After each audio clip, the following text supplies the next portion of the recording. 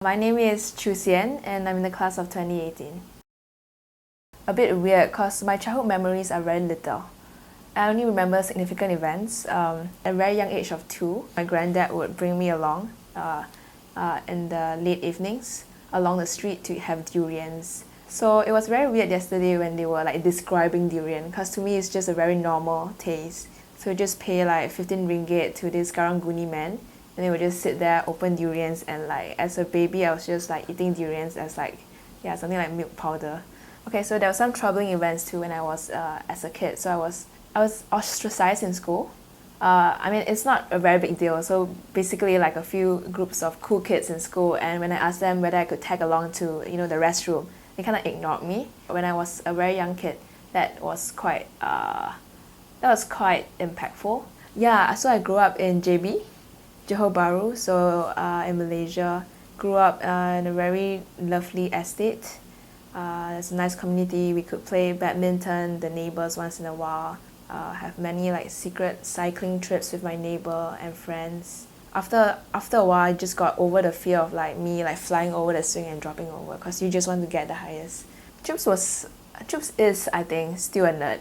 I used to be this chubby, I still am, but chubby short girl with my hair pinned up and my pinafore tucked up very high. Something that I'm laughing about it right now, but it used to be quite embarrassing. I changed, became more matured in high school. I moved over to Singapore when I was 15, and then I went to another girls' school. Come to think of it, I've been surrounded by girls for quite a while. And then when I first came to Singapore, I thought it was very exciting, but like I always tell everyone, it's an expected surprise of pressure and pleasure. But I guess living in the hostel away from home really molded me into who I am. I have a favorite roommate in JC. Her name is Pam. But yeah, I can remember conversations where at late night we'll talk about, hey, what do you want to be when you grow up, and more intimate stuff. She was the one who would challenge my views and say, why not just do that if your heart feels like it? Why follow the conventional route? So I have a very, very good friend.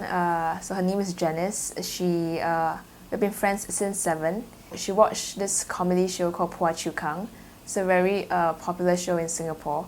And there was one character, he's this husband of a very annoying wife. So yeah, so the husband's nickname in that show is Chups. And I have no idea why, so she started calling me Chups, and it just stayed on. But I've come to morph into being a lollipop, or it means different things in different languages.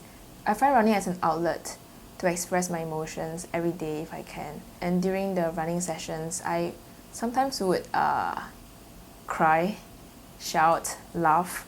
So yeah, if you catch me along the road, I might seem like a weird person. I don't know why, but when I'm on the road, when my music is in my ear, and it's a way for me to reflect on the events that happened during that day.